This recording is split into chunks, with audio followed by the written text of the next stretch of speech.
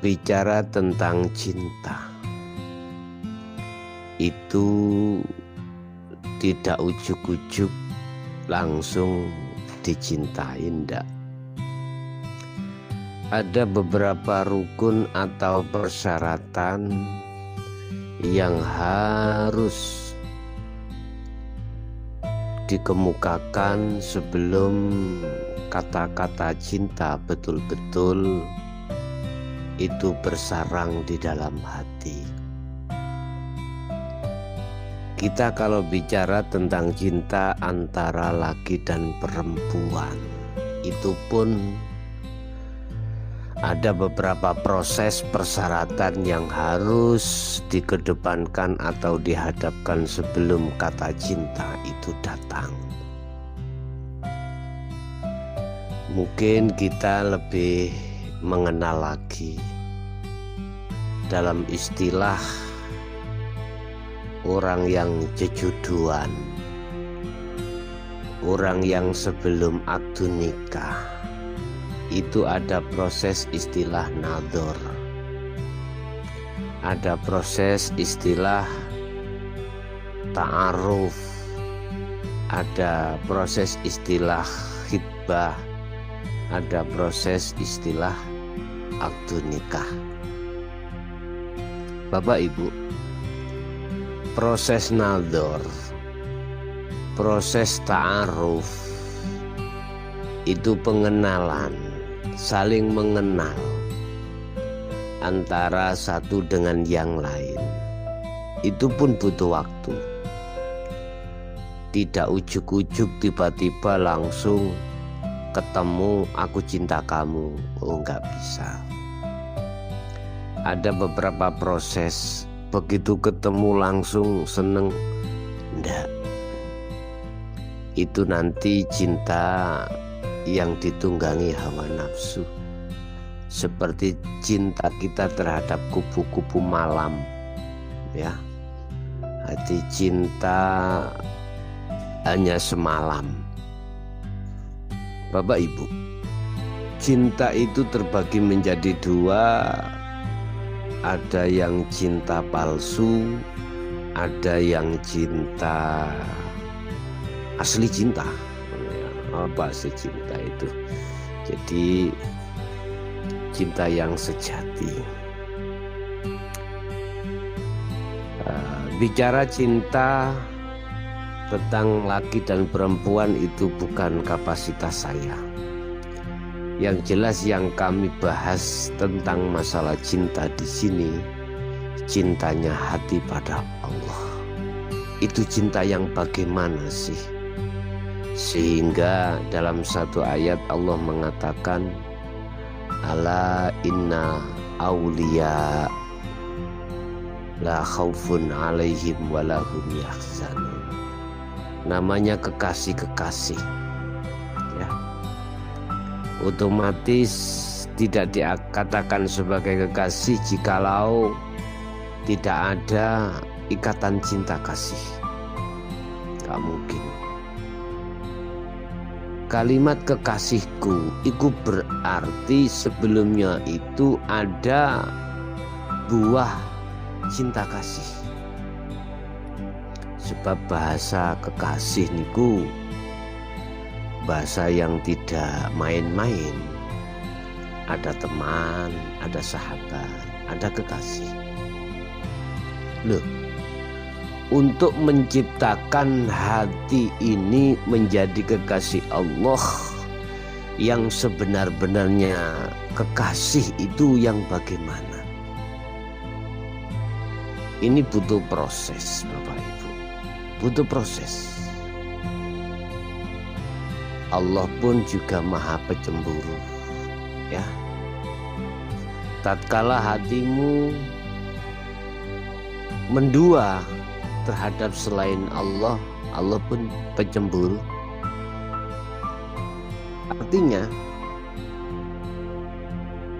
bagi siapapun yang hatinya itu mencintai selain Allah, Allah sudah menyiapkan siksanya.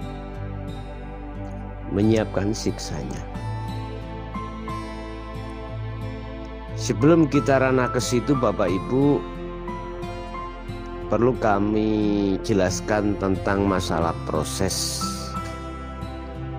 untuk membangun cinta hati ini pada Allah. Itu prosesnya dari mana? Anda harus ta'aruf dulu. Anda harus mengenal Allah dulu.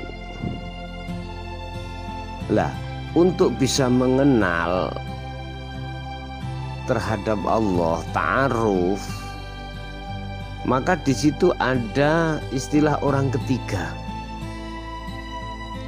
Artinya si jomblang. Bahasa ilmu tauhid,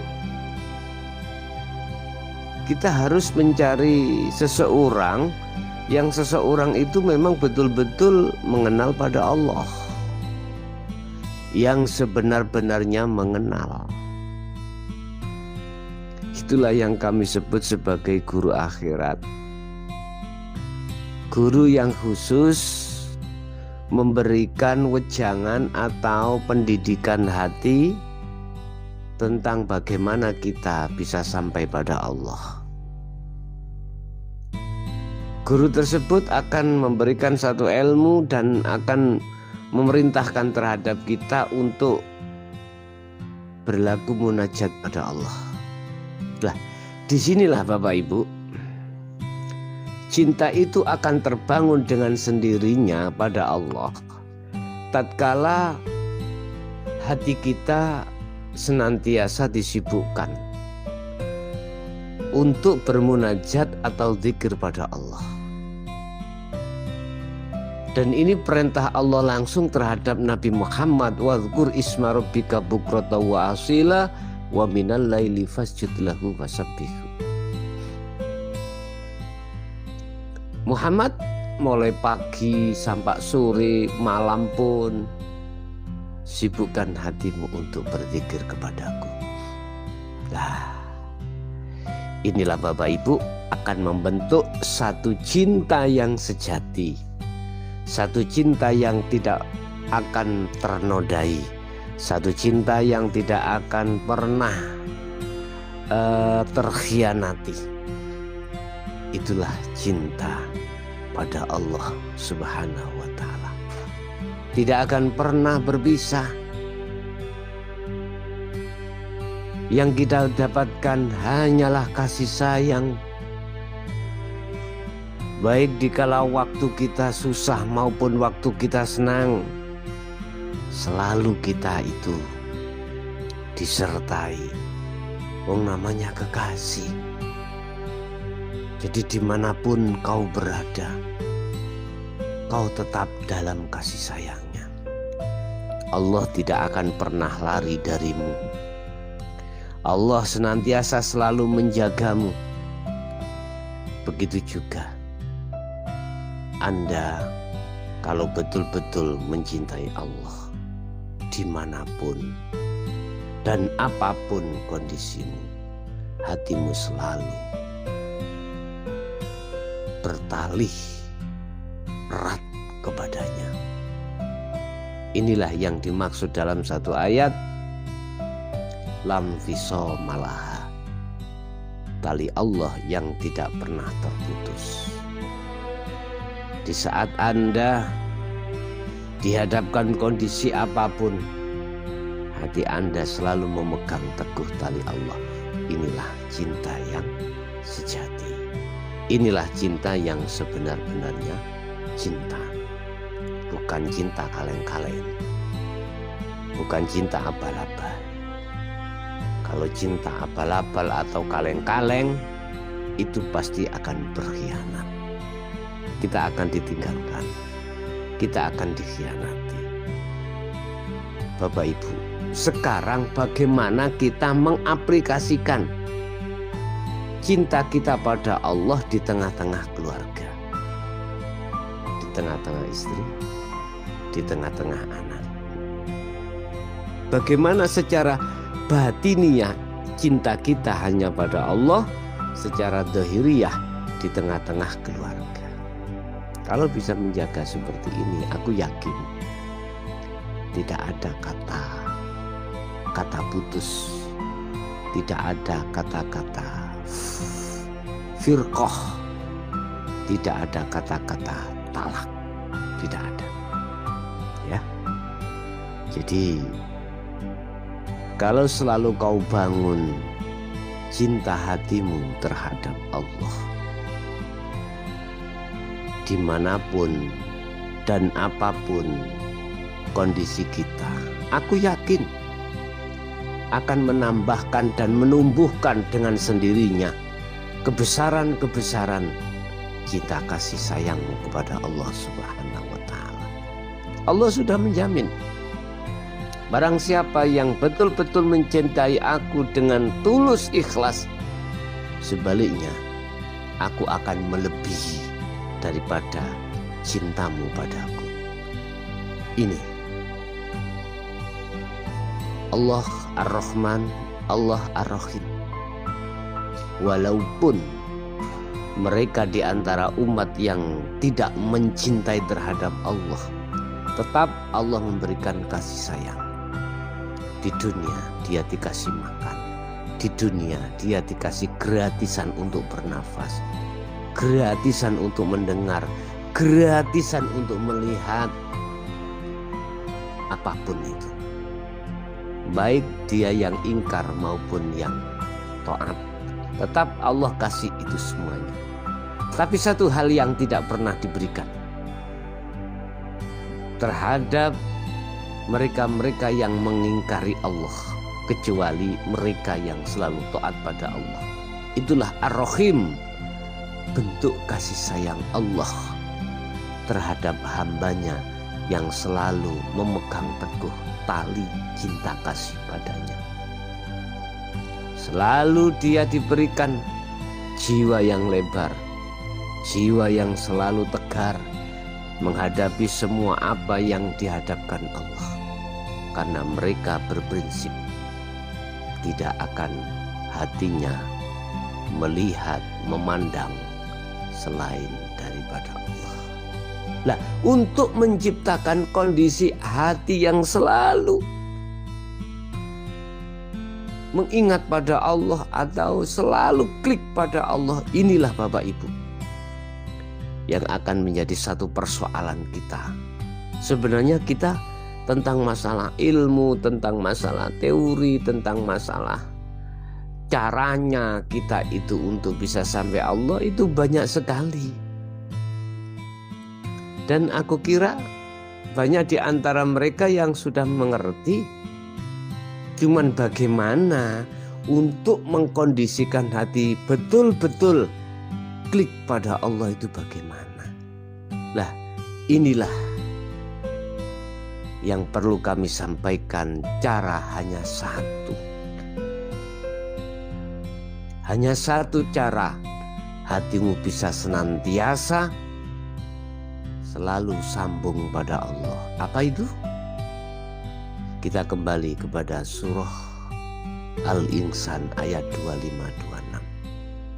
Sibukkanlah hatimu berzikir 2 dan 3. Sibukkanlah hatimu untuk berzikir sir dan sirul asrar. Ini hati cinta yang sejati dibangun dari sini, Pak. Ya. Mohal alias nipu kita ketika saat lesan mengatakan aku mencintai Allah,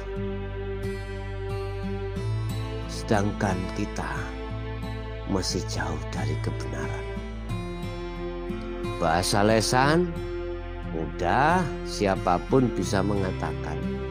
Tapi bahasa yang sebenarnya, bahasa hati, maksudnya kelakuane hati sampean kali kula niki lho. Sudahkah millata Ibrahim Hanifah? Sudahkah mencerminkan dan condong hati terhadap ketauhidan pada Allah? Kalau tidak, jangan buru-buru bro mengatakan aku cinta Allah. Bagaimana mungkin kau dikatakan bisa mencintai Allah, lah kau pada Allah belum pernah ketemu.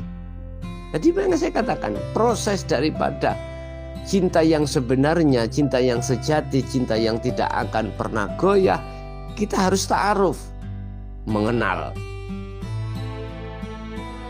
yang memiliki nama Allah itu yang gimana. Dan ini butuh proses. Setelah itu sudah kita lewati, akhirnya khitbah, kita melamar. Melamar artinya kita itu kita lakukan bentuk munajat pada Allah. Akhirnya kita bertemu. Pertemuan ini yang bahasa syariat dikatakan qabiltu nikahaha wa tazwijaha bil mahril mazkur. Hanya ucap bahasa ini, semuanya yang asalnya haram menjadi halal bahasa syariat. Langsung tobruk loh. Hanya mengucapkan qabiltu nikahaha lansa terus itu aja kok ya. Halal piye maksudnya? Yang tadinya kita jangankan menyentuh, melihat aja hukumnya haram tanpa ada alasan agama yang diperbolehkan. Loh, kalau sudah kita mengatakan qabiltu, subhanallah, jangankan kita melihat, bahasa syariat mengatakan tidak berpahala. Kita punya hajat ya, tengah malam, berapa itu kita menyentuh itu berapa derajat, apalagi ke makhluk syahid, berderajat-derajat. Ini bahasa syariat ya. Satu pertanyaan, begitu ampuhkah satu kalimat yang mengatakan qabiltu nikahaha sehingga yang asalnya itu tadi haram menjadi halal, bahkan memunculkan satu pahala ketika saat kita jalankan. Terus ini mengandung pengertian apa? Boleh sedikit aja saya urai. Jujur, jangan marah terlebih dulu. Kita manusia dihadapkan dua hukum ya. Secara syariah ada hukum larangan dan perintah. Hukum di situ mengatakan barang siapa yang meninggalkan larangan, dia akan mendapatkan satu kebaikan. Barang siapa yang menjalankan perintah, ini pun juga mendapatkan kebaikan. Sehingga dia dikatakan takwa, meninggalkan larangan dan menjalankan perintah. Oke, secara syariah. Tapi bagaimana secara hakikat? Lawang hati ini belum pernah nikah, hati ini belum bertemu Allah, bagaimana di situ akan mendapatkan satu pahala? Mohon maaf ya, mohon maaf. Saya mengatakan dari sudut pandang hakikat, tapi bukan berarti saya menyalahkan sudut pandang syariat. Anda sudah benar secara syariat itu mengatakan hal yang seperti itu. Tetapi secara hakikat hati atau ruh, ada satu yang harus saya bahas. Sah atau tidakkah perbuatan ini? Halal atau haramkah perbuatan ini? Hati maksud saya. Lawang hati atau roh ini belum pernah tahu tentang Allah. Dalam istilah, kalau kita melakukan apapun, baik itu meninggalkan larangan atau menjalankan perintah secara syariat, dan hati kita belum menjadi kekasih Allah dalam kurun ma'rifat Allah, hubitat amaluhum, di mata Allah itu ditolak. Sama halnya orang yang belum qabil tu nikahaha, ketemu tobruk, ya nek gandengan cak. Montor niku ketemu tobruk. Mboten saged. Harus nikah dulu. Nah, kalau sudah nikah masih sampean uyel model ya apa iku wis halal. Artinya gini, kalau hati ini sudah ma'rifat Allah, sudah menjadi kekasih Allah, atau hatimu menjadikan hanya Allah sebagai kekasihmu, kau sudah bertemu, itu namanya akad nikah. Maka apa persoalan yang kau lakukan oleh karena hatimu mentajalikan pada Allah, otomatis Pak ini alasan untuk tidak diterima nggak bisa. Karena apa? Madepmu asyhadu, hatimu asyhadu, itu bisa sampai pada ilallah, tidak berhenti pada la ilaha. Dalam istilah lain, saya memohon dan meminta terhadap orang tua. Saya memohonnya, saya menghadapnya itu benar. Di depan saya orang tua, saya di depannya, hati berhadapan. Saya mengatakan apapun dengan etika yang benar, maka tidak ada alasan orang tua itu akan sakit hati atau tidak bisa menerima atas apa yang menjadi unek-unek saya. Beda Pak, kalau saya berkata di hadapan orang tua, saya itu ngungkuri gini. Istilah itu saya tidak melihat menghadap pada ayah atau pada orang tua. Saya justru melengos.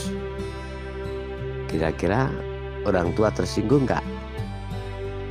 Aku yakin menurut etika itu kurang benar dan tidak dibenarkan. Sama juga kita ketika berlaku hukum apapun, hati kita itu tidak menghadap terhadap Allah, tapi hati kita menghadap dunia liar. Bagaimana? Udah sampai terjemahkan sendiri, sampai artikan sendiri tentang masalah itu. Udah, kita kembali tentang masalah cinta. Allah mengatakan tentang masalah cinta yang sebenarnya dalam kandungan Al-Quran itu disebut sebagai kekasih. Ala inna awliya la khaufun alaihim walahum yahzanun. Nah, aulia di sini, bahasa aulia itu berarti menunjukkan arti kata banyak, beberapa kekasih. Ya. Jadi orang yang betul-betul mencintai terhadap Allah itu disebut sebagai aulia, sebagai kekasih Allah. Lah, sedangkan perbuatan kekasih Allah itu la khaufun alaihim walahum yahzanun, tidak ada rasa khawatir atau rasa takut besok itu makan apa, besok itu akan mendapatkan apa. Gak ada perkara takut dan khawatir. Katakanlah kita mempunyai tanggungan terhadap orang lain, ya, besok jatuh temponya, atau kurang 2 hari jatuh temponya, sementara kita nggak ada yang kita buat untuk memberikan tanggungan itu. Loh, mohon maaf, kalimat tidak ada rasa khawatir atau takut ini yang bagaimana sebabnya? Karena kekasih Allah itu Bapak Ibu tidak melihat makhluk berbentuk apapun, apakah makhluk berbentuk takdir, enak atau gak enak, atau makhluk berbentuk siapapun. Balik, sedangkan tapi hati beliau-beliau itu hanya melihat, memandang terhadap Allah Subhanahu wa Ta'ala. Karena itu kekasihnya. Sedangkan Allah mengatakan walillahil masyriq wal maghrib. Semua apa yang di jagat etan sampai jagat kulon, timur sampai barat, itu kepunyaan Allah. Berarti semuanya apa kata Allah. Oleh sebab itu Bapak Ibu, dengan adanya beliau-beliau itu disebut sebagai aulia, disebut sebagai kekasih, itu karena mereka memang benar-benar menjalin tali cinta kasih. Lah, untuk menjalin cinta kasih ini, bawa bung zikirnya aulia-aulia. Apa? Sirul Asrar. Itulah zikirnya para wali yang tidak pernah diekspos di tengah-tengah umat. Itu zikirnya wali. Subhanallah. Mungkin sudah banyak tentang masalah zikir Sirul Asrar yang sebagai zikirnya wali. Itu yang sudah kami bahas di bab masalah tahapan zikir, ada lebih jelasnya di situ. Dan inilah yang selalu diwadifahkan atau diistiqomahkan oleh Rasulullah, sampai dituangkan dalam ayat suci Al-Quran tentang masalah zikir. Surat Al-Insan tadi ayat 25-26, perintah Allah langsung terhadap Muhammad. Terus kalau ayat ini memang menunjukkan wadhkur isma rabbika, itu Muhammad. Walaupun itu Allah memerintahkan terhadap Muhammad, secara otomatis itu juga terhadap kita sebagai umat. Bukan hanya terhadap Muhammad toh. Artinya apa yang dilakukan oleh kekasih-kekasih Allah itu sebetulnya juga harus kita lakukan. Harus. Kadang-kadang susahnya itu gini Pak. Ketika kita mengurai apa yang dilakukan oleh para kekasih Allah, itu bagi ahli kitab menganggap itu sesat. Itu sesat. Nah ini persoalannya itu, ya.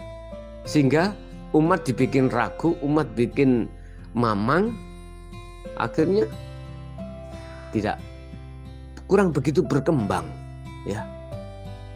Makanya kalau kita ngomong jujur, kita itu nggak boleh nyalahkan pada siapapun, sebab kita belum tentu kita yang benar, ya, belum tentu kita yang benar.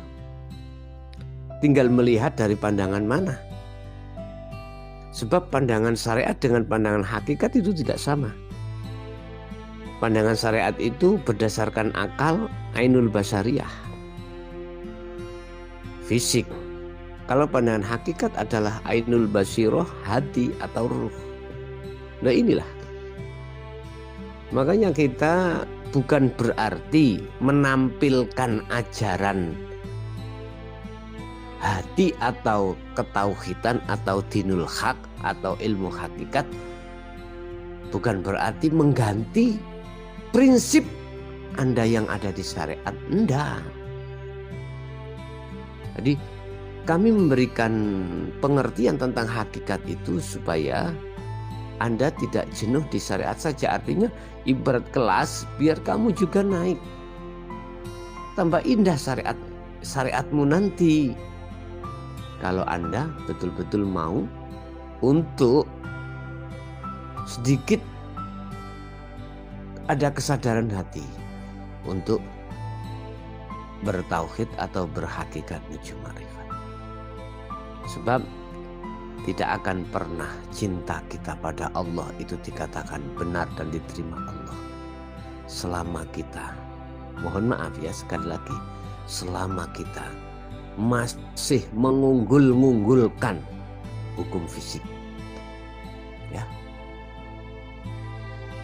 kita tahu kalau diri manusia itu meliputi dua unsur, jasmani dan rohani.